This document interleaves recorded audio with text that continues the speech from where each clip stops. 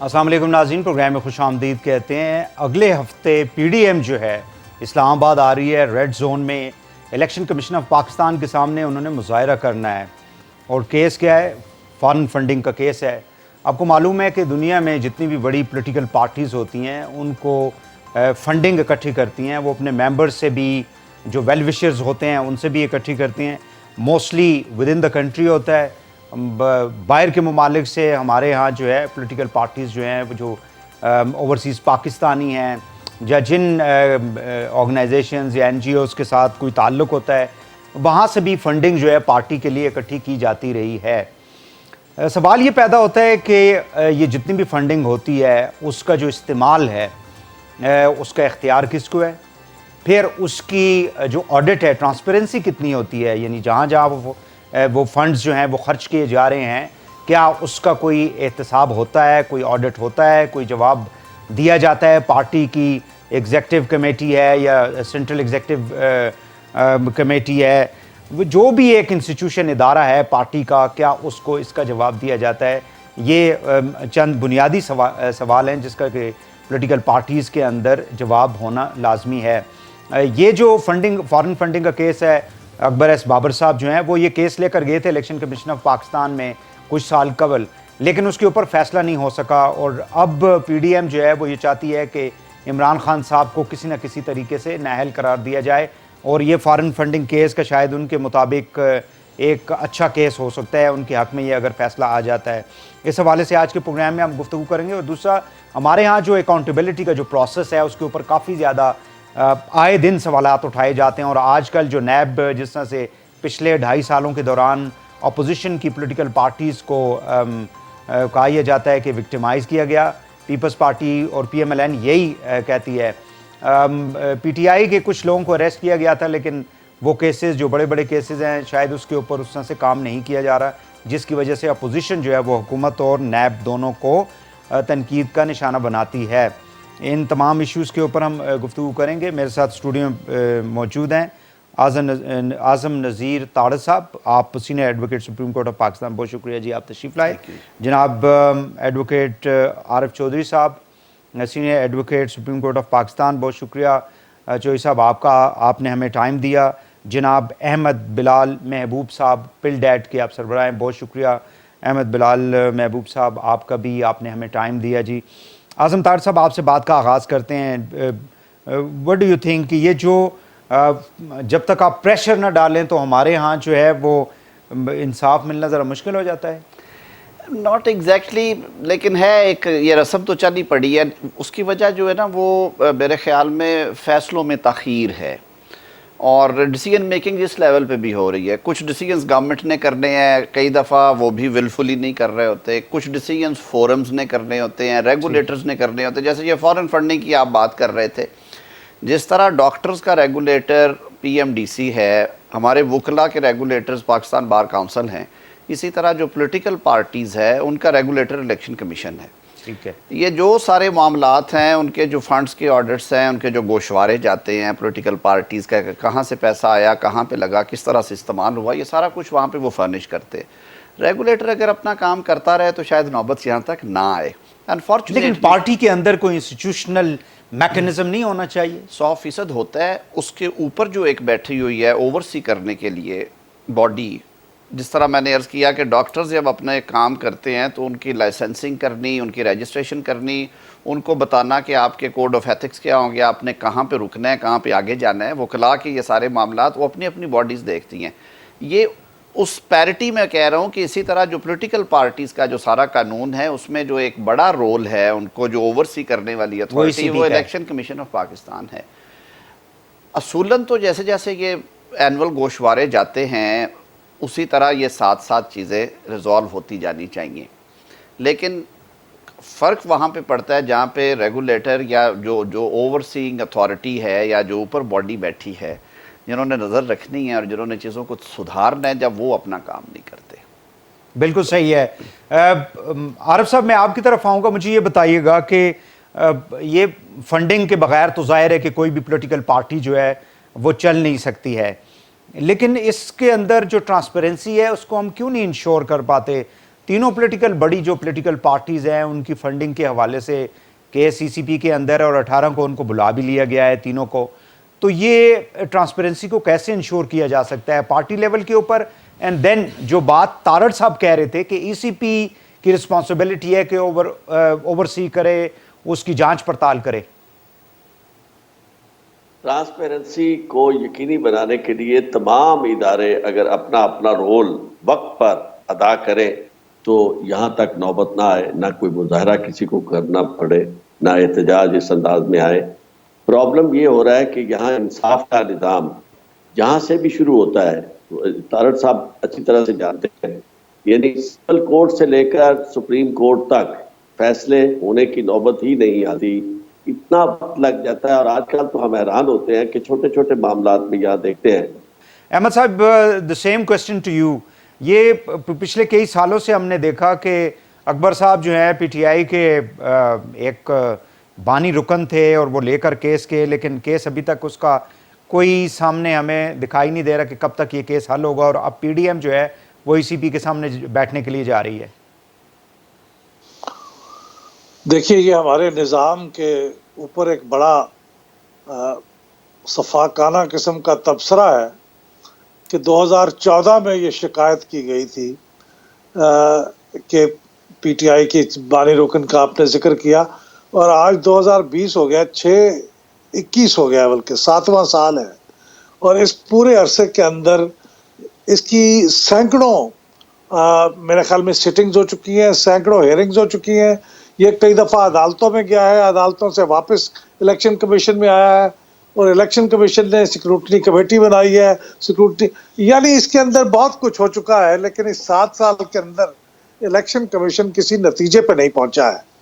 یہ ہمارے نظام کی ناکامی کا ایک بہت بڑا ثبوت ہے جس کے بارے میں آپ سوال پوچھ رہے تھے. تو اس میں پہلی بات تو یہ ہے کہ یہ نظام کی کمزوریاں ہیں. دوسری بات یہ ہے کہ پولیٹیکل فائنانس جو ہے نا, یہ پوری دنیا میں اب بڑی تشویش کی بات ہے کہ آپ کو جو اپنی پالیٹکس چلانے کے لیے جو پیسے درکار ہوتے ہیں وہ پیسے کہاں سے آتے ہیں, اور اس کے ساتھ کوئی انفلوئنس بھی شامل ہوتا ہے. یہ پوری دنیا میں ایک بہت بڑا سوال پیدا ہو گیا ہے کہ اگر وہ بیرونی جو عناصر ہیں وہ بھی آپ کی پالیٹکس کو انفلوئنس کرتے ہیں, آپ کے ملک کے فیصلوں کو انفلوئنس کرتے ہیں, ان لوگوں کے ذریعے جن کو وہ پیسے دیتے ہیں, جن کی وہ پولیٹیکل کیمپینز کو فائنانس کرتے ہیں. تو یہ اتنا بڑا مسئلہ ہے. اس کے مقابلے میں ہمارے الیکشن کمیشن میں جو پولیٹیکل فائنانس کا ایک ونگ ہے وہ پوری طرح سے اس درجے کا آرگنائزڈ نہیں ہے, اور وہاں پہ اس طرح کی ان کو سہولتیں میسر نہیں ہیں, یعنی مین پاور نہیں ہے جو پولیٹیکل پارٹیز کے ہر سال جو گوشوارے آتے ہیں ان کو ان کی جانچ پڑتال کر سکے, اس کے بارے میں کوسچنز کر سکے اور چیزوں کو خود سیٹل کر دے. یہ مسئلہ بھی اس لیے پیدا ہوا کہ ایک آدمی نے اس کے پیچھے شکایت کی اور 6 سال سے وہ پیچھے پڑا ہوا ہے, ورنہ یہ بھی کہیں ریز نہیں ہو رہا تھا. ہمارے سسٹم کے اندر تو کوئی انتظام ہی نہیں ہے کہ وہ خود سے اس کو ڈیٹیکٹ کر سکے. تو میرے خیال میں ہمارے جو سسٹم کی ویکنیسز ہیں ان کو ایڈریس ہونا چاہیے, اور سسٹم سے یہاں مراد کیا ہم چاہتے ہیں کہ سسٹم کو بہتر کریں؟ کیا ہماری پولیٹیکل پارٹیز, پولیٹیکل ایلیٹ, ہماری جو وہ لوگ جو طاقت میں ہوتے ہیں, کیا وہ چاہتے ہیں کہ ہمارا نظام جو وہ بہتر ہو؟ وہ شاید نہ چاہتے ہوں. دیکھیے, ابھی تارڑ صاحب نے ابھی آپ سے سوال کے جواب میں کہا تھا کہ ریگولیٹر کس لیے ہوتا ہے. لوگ اگر خود ہی ہر کام ٹھیک کرنے لگیں تو نہ ہمیں پولیس کی ضرورت ہو, نہ عدالتوں کی ضرورت ہو, پھر تو ہر چیز ٹھیک ہو جائے نا. آئیڈیلی تو ہر ایک کو خود اپنا کام صحیح کرنا چاہیے, لیکن وہ ایسے ہوتا نہیں ہے نا, تو آپ کو ریگولیٹر کی ضرورت ہوتی ہے. اب الیکشن کمیشن آپ نے چیکس اینڈ بیلنسز کے لیے وہاں پہ انتظام کیا ہوا ہے. اگر وہاں پہ پولیٹیکل فائنانس کا ونگ ایک طاقتور اور فعال قسم کا بنا دیا جائے تو پھر یہ مسئلے وہیں ختم ہو جائیں, عدالتوں میں نہ جائیں, اور 7 سال یہ چیزیں لٹکی نہ جائیں. تو اب یہ لٹکی ہوئی ہیں. اب ظاہر ہے اس کے مقابلے میں اسٹریٹ پہ اب یہ بہت بدقسمتی کی بات ہے, یہ نوبت آنی نہیں چاہیے تھی کہ عدالتوں الیکشن کمیشن کے سامنے سیاسی جماعتیں اکٹھی ہو کے مظاہرہ کریں اور دباؤ ڈالیں اور پھر کام آگے بڑھے. یہ کام تو الیکشن کمیشن کو خود بخود کر لینا چاہیے تھا. بالکل صحیح ہے. ناظرین یہاں پہ ایک شارٹ بریک لیتے ہیں, بریک سے واپس آئیں گے تو گفتگو آگے بڑھاتے ہیں, ہمارے ساتھ رہیے گا.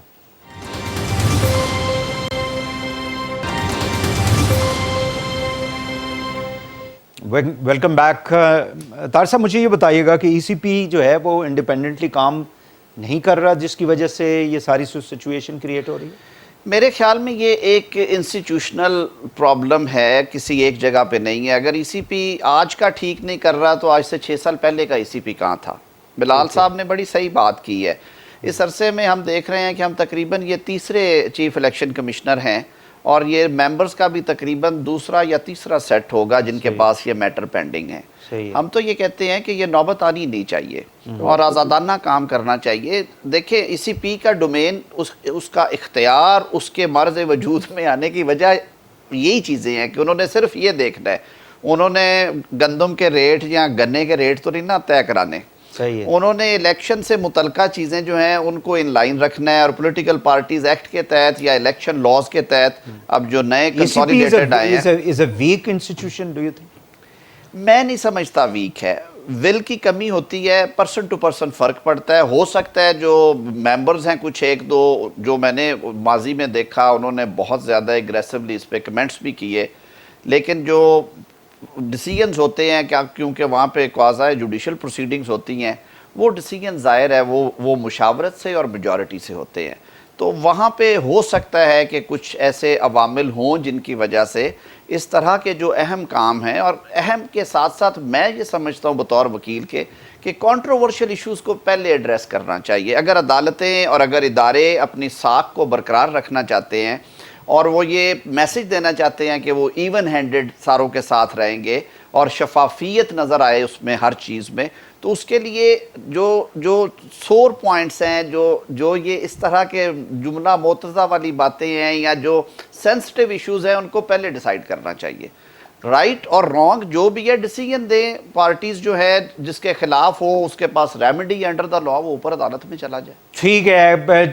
عارف چودھری صاحب میں آپ کی طرف آؤں گا. مجھے یہ بتائیے گا کہ فنڈنگ کے حوالے سے ہم نے دیکھا ہے کہ لوکل فنڈنگ بھی ہوتی ہے جس کے اندر پارٹیوں کے اندر کچھ ایسے فائنینسیئر ہوتے ہیں جو بزنس کمیونٹی سے ان کا تعلق ہوتا ہے, مختلف قسم کے لوگ ہوتے ہیں, وہ ظاہر ہے کہ بعد میں انہوں نے بینیفٹ بھی لینا ہوتا ہے. سو ڈو یو تھنک کہ ہماری تینوں بڑی پولیٹیکل پارٹیز کے اندر ایسے لوگ موجود ہیں with in the country and out side the country? دیکھیں یہ صرف پاکستان کے اندر ہی نہیں, پوری دنیا کے اندر یہ جو فنڈنگ ہوتی ہے وہ ویسٹڈ انٹرسٹ کرتا ہے, اور پولیٹیکل پارٹیز کو اسی طرح پیسے دیے جاتے ہیں, اور اس کے کئی طریقے ہیں. کہیں امریکہ کے اندر پیک بنائے جاتے ہیں, ایکشن کمیٹیاں بنائی جاتی ہیں, پولیٹیکل ایکشن کمیٹی, اور وہ political action committee basically funding کے لیے بنائی, وہ پیسے اس کو دیتے ہیں اور وہ پیسے آگے پھر وہ اس کو دیے جاتے ہیں کینڈیڈیٹس کو, اور وہ کینڈیڈیٹ جو ہے جب پھر اقتدار میں آتے ہیں تو پھر ان کے ویسٹڈ انٹرسٹ کو بہت لک آفٹر کرتے ہیں. تو پاکستان کے اندر تو یہ سیدھا معاملہ ہے. وہاں یہ ہے کہ کم از کم کچھ تھوڑا سا ٹرانسپیرنٹ رکھا گیا ہے, اسے چیزوں کو نظر آتا ہے کہ کس نے کتنے پیسے دیے ہیں, اس کا باقاعدہ حساب کتاب ہے. اور پھر اگر ایسا معاملہ آیا تھا کہ وہ سپیچ کے نام پر فنڈنگ کی گئی, یعنی ان کی سپیچ تو تھی, وہاں سپیچز ہوتی ہیں, جا کے سپیچز کے پیسے پھر دیے جاتے ہیں, تو وہ جم رائٹ سپیکر تھے اس وقت, تو انہیں اس وجہ سے پھر ان کی امپیچمنٹ ہو گئی کہ وہ ایک ویسٹڈ انٹرسٹ نے انہیں بلایا تھا, اور وہ انہوں نے پیسے اس لیے انہیں دیے تھے کہ وہ لیجسلیشن میں ان کا اثر استعمال کرنا چاہتے تھے. پاکستان کے اندر تو آپ دیکھیں ساری پولیٹیکل پارٹیز کا یہ معاملہ ہے کہ جناب باہر انویسٹرز کھڑے ہوتے ہیں, جب وہ, بلکہ آپ نے تو یہاں تک سنا تھا ایک بڑی پولیٹیکل پارٹی کا جو بہت زیادہ اقتدار میں رہی ہے کہ جب کسی کو ٹکٹ دیا جاتا ہے تو باہر جو اس کا انویسٹر ہوتا ہے وہ اسی وقت جناب یعنی پیسے جو ہے, کون سی پولیٹیکل پارٹی ہے عارف صاحب؟ ہاں جی, جو بہت زیادہ اقتدار میں رہی ہے, مسلم لیگ نون. اچھا, لیکن اس چونکہ دیکھیں پیسے بہت زیادہ اقتدار میں تو بہت سے سارے لوگ رہے ہیں, اس لیے میں پوچھ رہا تھا.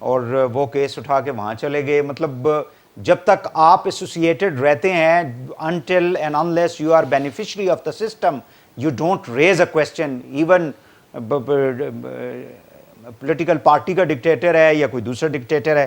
ناظرین یہاں پہ ایک اور شارٹ بریک کوئکلی لیتے ہیں اور بریک کے بعد گفتگو کو آگے بڑھاتے ہیں. ہمارے ساتھ رہیے گا.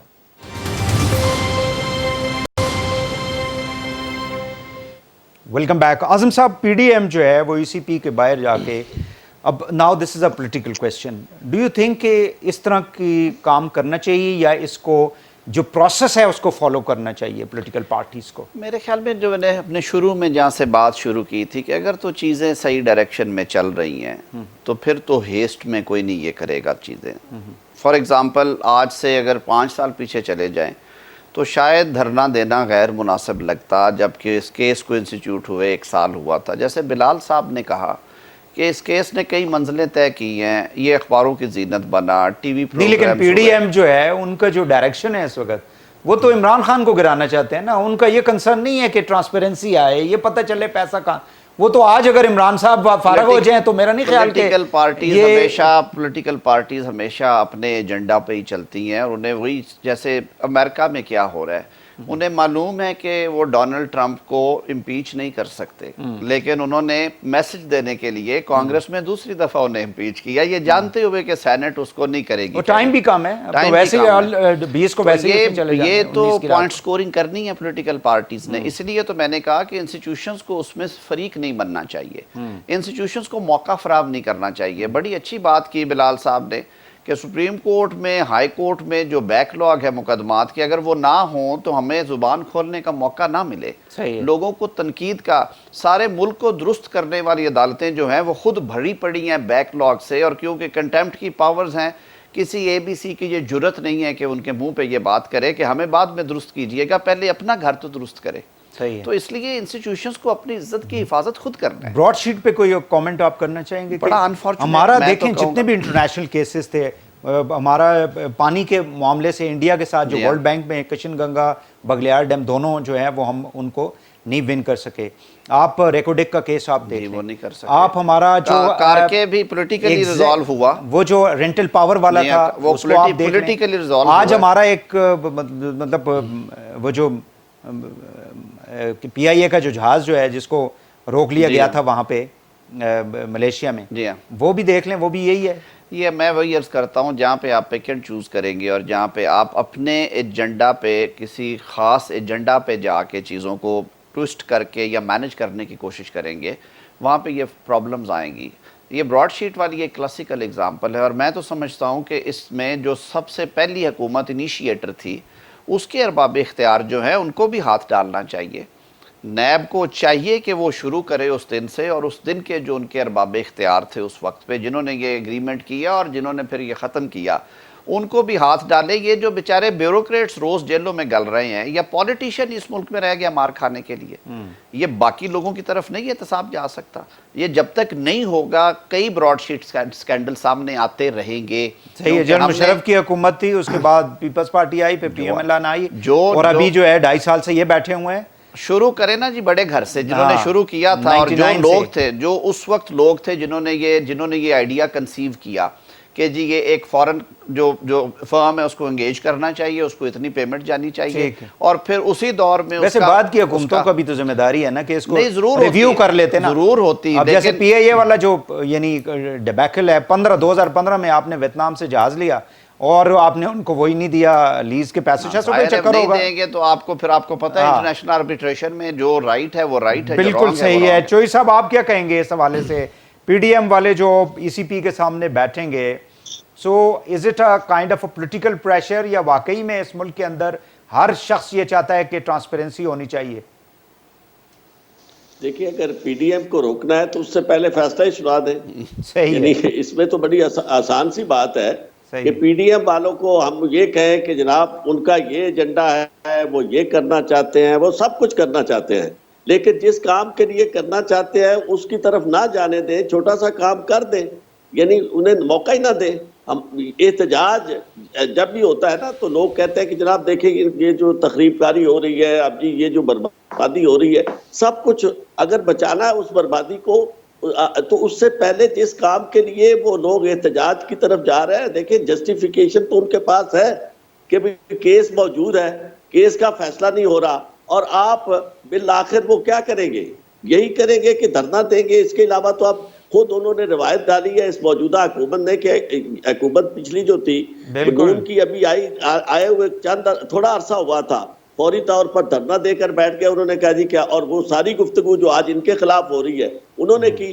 تو دوسری جو امپورٹنٹ بات یہاں آپ کر رہے تھے جس کا حوالہ دیا جا رہا تھا وہ یہ ہے کہ پاکستان کی بڑی بدقسمتی ہے کہ جتنے بڑے کیسز ہیں اس میں آپ یہ دیکھیں گے کہ جو وکیل تک انگیج کیے جاتے ہیں نا وہ کمپیٹنس کی بنیاد پر نہیں کیے جاتے، وہ وکیل یہ تو آپ کی پوری برادری کو اس میں جو ہے نا لوگ بلیم کرنا شروع کر دیتے ہیں کہ کیا ہمارے پاس کوئی اچھا وکیل نہیں ہے اس پورے ملک میں، 22 کروڑ کی عوام میں کوئی تکڑا وکیل نہیں ہے جو جا کے انٹرنیشنل کورٹس میں بولے۔ جی یہاں کے وکیل حصہ نہیں نہ دیتے۔ یہ آپ کے سامنے بات، ہاں یہ بات ہے کہ وہ حصہ لینے کے لیے میں نے تو یہاں تک دیکھا کہ ایک وزیر صاحب جو تھے انہوں نے اپنا ذاتی کیس بھی کسی ایک ایسے شخص کو دیا کہ جو معروف وکیل نہیں تھا، لیکن اس کی وجہ یہ تھی کہ اس کیس میں بھی وہ پیسے سرکار سے لے رہے تھے، اور زیادہ پیسہ جو تھا وہ خود لے رہے تھے اپنے کیس کا، اور باقی تھوڑا دے رہے تھے۔ اور جتنے کیسز یہ احتساب کے کیسز ہوتے رہے سب لوگوں کو معلوم ہے